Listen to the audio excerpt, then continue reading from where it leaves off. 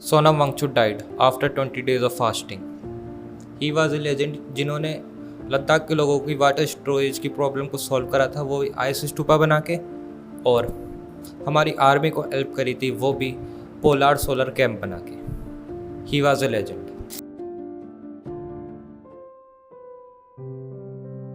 ये सब तो आप सुनना नहीं चाहोगे क्योंकि वो कर क्या रहे हैं. वो धर्मेंद्र प्रधान से रिज़ाइन मांग रहे हैं. कौन है वो? एजुकेशन मिनिस्टर से.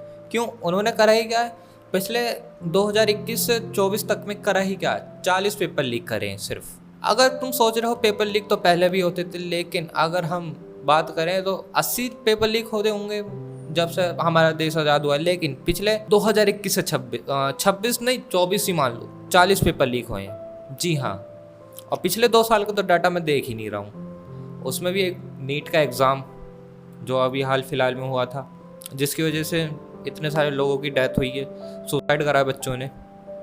एंड वो कर क्या रहे हो? रिज़ाइन ही तो मांग रहे हैं, फास्टिंग कर रहे हैं. लेकिन आप लोग क्या कर रहे हैं? सपोर्ट ही नहीं कर रहे. मैं नहीं कहता हूँ कि सीजेपी को सपोर्ट करो, ना मैं ये कह रहा हूँ इन बंदों को सपोर्ट करो, इनको करो या इनको करो, क्योंकि ये तीनों में से कोई नहीं आने वाला तुम्हारे घर का आटा और चावल देने, क्योंकि इन्हें बस वोट चाहिए बस.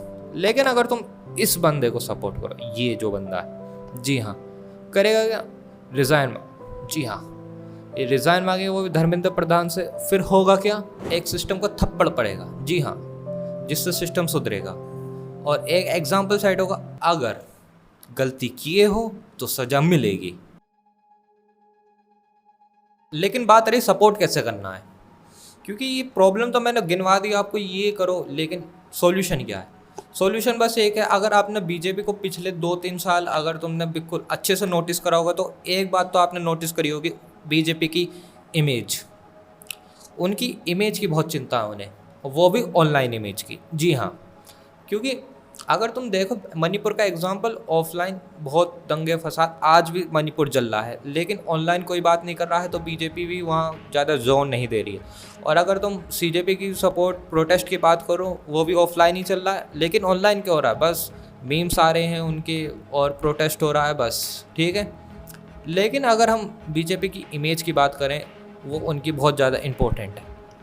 अगर हम क्या करें, हम जो जैसे मोदी जी की रील आई अभी, तो उसमें सरकास्टिक वे में लिख दिया कि सर सेव वांगचुक, सर आपने प्रोटेस्ट देख रहे हो, इंडिया वापस आ जाओ जल्दी से, इंडिया जो है खतरे में है, दूसरों को बाद में देखना, पहले आप अपने देश को देख लो. एंड सरकास्टिक वे में सर को मैसेज कर दो, मोदी सर को, कि सर प्रोटेस्ट चल रहा है दिल्ली में, सर उसे देख लो सर आप. क्योंकि उन्हें पता ही नहीं है कि देश बाहर रहते हैं, बड़े आदमी हैं यार. लेकिन आप बता सकते हो उन लोगों को. कैसे? आपने धर्मेंद्र प्रधान को मैसेज कर दिया, सर रिज़ाइन दे दीजिए, नहीं तो सोनम वांगचुक फास्ट के कारण उनकी डेथ हो जाएगी.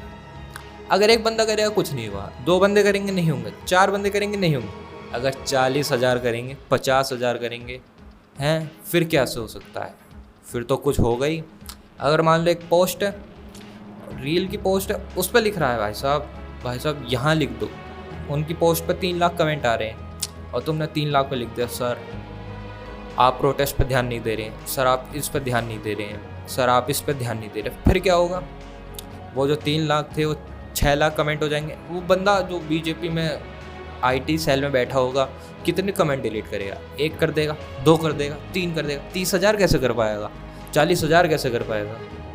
एंड आप सपोर्ट कर सकते हैं इस तरह से.